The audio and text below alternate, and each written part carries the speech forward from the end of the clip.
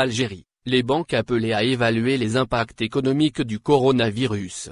Le ministère des Finances invite les banques et les institutions financières à procéder à l'évaluation des impacts économiques causés par la pandémie du coronavirus en général et sur l'ensemble des opérateurs économiques et de leur manque à gagner.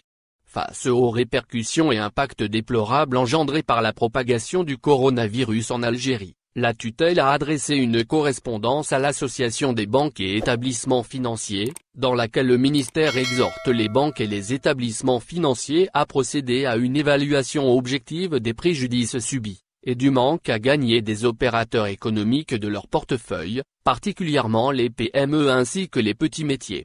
Selon la même correspondance, rapporté ce 28 juillet par l'APS, le ministère a indiqué que les pouvoirs publics ont pris des mesures de protection de la population, ainsi que des mesures de sauvegarde de l'économie, au profit des entreprises, des artisans, des commerçants et des ménages, et de toutes catégories dont les revenus ont été considérablement réduits. De plus, le document a rappelé les décisions du Conseil des ministres, conclues le 26 juillet dernier, mettant l'accent sur la nécessité de faciliter l'action des opérateurs économiques, et de les accompagner, durant toute la période de confinement. Aucune mesure pénalisante ne devra leur être appliquée durant cette période, a précisé notre source. Impact du coronavirus en Algérie, voici les mesures adoptées par les banques. En effet, les banques et les établissements financiers ont adopté des mesures de sauvegarde des entreprises et de l'outil de production, applicable pour une période de 6 mois, à compter du 1er mars 2020. Par ailleurs, ces dispositifs portent sur le report et ou le renouvellement des échéances de crédit arrivées à échéance le 31 mars 2020 et postérieurement, ainsi que sur la consolidation des impayés non traités à la date du 31 mars 2020 et postérieurement. D'autre part, la Banque centrale d'Algérie a opté pour la prolongation des dates limites d'utilisation des crédits et les différés de paiement. De plus, l'annulation des pénalités de retard des créances exigibles à la date du 31 mars 2020 et postérieurement, et le maintien ou le renouvellement des lignes de crédit d'exploitation, sont également intégrés dans ces contributions, inscrites dans le cadre de la lutte contre les impacts économiques de la crise sanitaire du coronavirus frappant tous les agents économiques en Algérie.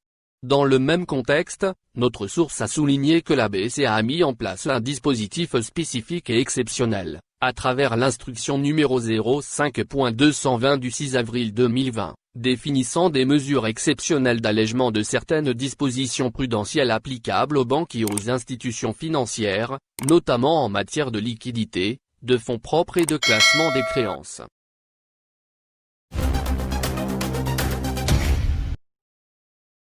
Algérie, un employé de l'ambassade de France devant la justice pour escroquerie. Un chauffeur de l'ambassade de France a comparu, ce mardi 28 juillet, devant le tribunal de Sidi Mamed à Alger. Présenté en comparution immédiate, le prévenu est accusé d'avoir escroqué un citoyen en lui subtilisant 500 millions de centimes en contrepartie d'un visa pour la France. Cette affaire a commencé lorsque la victime a remis 500 millions de centimes au chauffeur de l'ambassade pour lui procurer un visa pour la France. L'accusé a remis un chèque de la même valeur comme caution à sa victime. Cette dernière s'est rendue compte que le chèque était sans provision.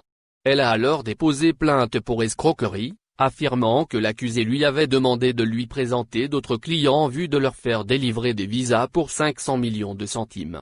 De son côté, le prévenu a affirmé devant le juge qu'il n'avait demandé qu'une somme de 200 millions comme crédit qu'il rembourserait avec le temps. Il a rejeté l'accusation selon laquelle il aurait proposé ses services pour l'obtention d'un visa.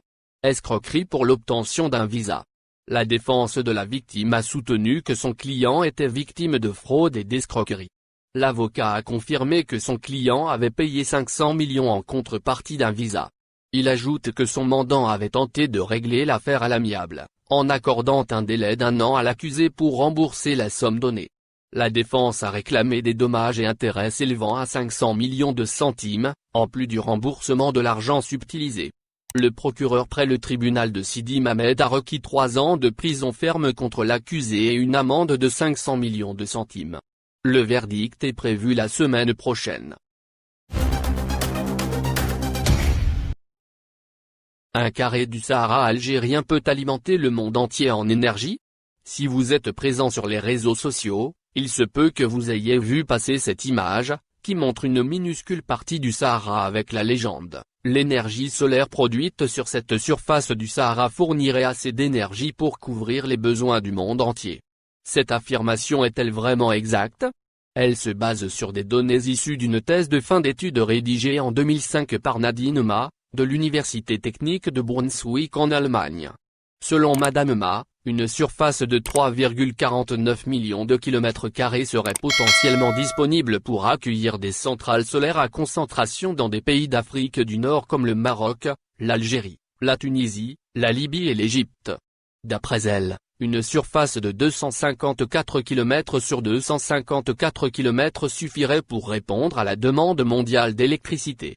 La quantité d'électricité nécessaire aux 25 États membres de l'Union européenne pourrait être produite sur une surface de 110 km sur 110 km, avec des collecteurs solaires capables de capturer 100% de l'énergie.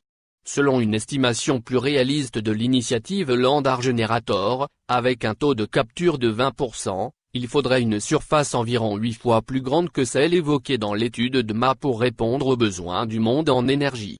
Malgré tout, cette carte illustre bien le potentiel de l'énergie solaire, et le fait qu'il suffirait de peu d'espace pour alimenter en électricité la planète tout entière.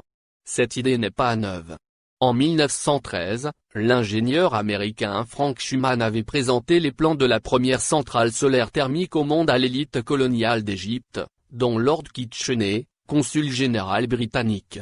La centrale aurait pompé l'eau du Nil vers les champs de coton voisins, une récolte alors extrêmement lucrative en Égypte. La Première Guerre mondiale mit abruptement fin à ce rêve. L'idée fut reprise dans les années 1980 par Gerhard Knie, un physicien allemand qui fut le premier à estimer la quantité d'énergie solaire nécessaire pour répondre aux besoins en électricité de l'humanité. En 1986, réagissant à l'accident nucléaire de Tchernobyl, il arriva à la remarquable conclusion suivante: en 6 heures seulement, les déserts du monde reçoivent plus d'énergie du soleil que la quantité consommée en un an par les êtres humains. Ces idées ont ouvert la voie au projet Desertec.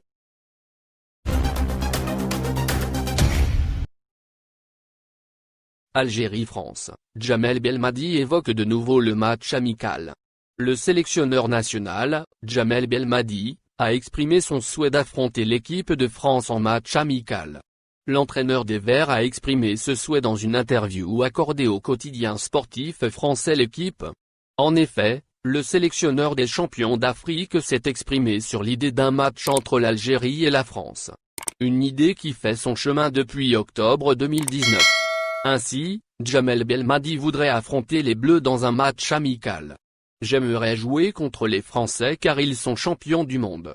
Dans cette envie de me frotter au meilleur pour progresser, a-t-il déclaré à L'Équipe. Rappelons que la dernière rencontre entre l'Algérie et la France remonte à 2001 à Paris. Djamel Belmadi était l'auteur de l'unique but inscrit par l'Algérie 4-1. Une rencontre qui n'est pas allée à son terme dans la mesure où il y a eu un envahissement de terrain à la 75e minute de la part de nombreux supporters algériens. À ce sujet, Djamel Belmadi avoue que ce qui s'est passé fut un petit traumatisme. Coupe du Monde 2022, Belmadi voit un signe dans son interview accordée à L'Équipe. L'entraîneur des Fennecs s'est exprimé également sur la Coupe du Monde 2022 qui aura lieu au Qatar. Djamel Belmadi a confié que son rêve était de qualifier l'Algérie à la prochaine Coupe du Monde. Ainsi, enregistrer une 5e participation des Verts en phase finale de cette prestigieuse compétition. Pour le sélectionneur des Verts, la mission de se qualifier au Mondial 2022 n'est pas aisée. Cependant, si l'équipe nationale accède à la phase finale de la compétition, elle n'y ira pas avec cette idée de participer. Djamel Belmadi ajoute qu'il faut croire en l'impossible. Avoir de l'ambition.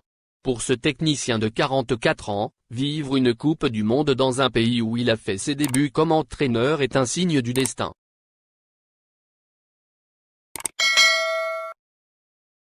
Dis-nous ce que vous pensez et laissez vos avis dans un commentaire. Abonnez-vous et partagez la vidéo. Merci pour votre attention, et n'oubliez pas de rejoindre la communauté Actuel Info, ça fait plaisir de vous voir un nouveau membre.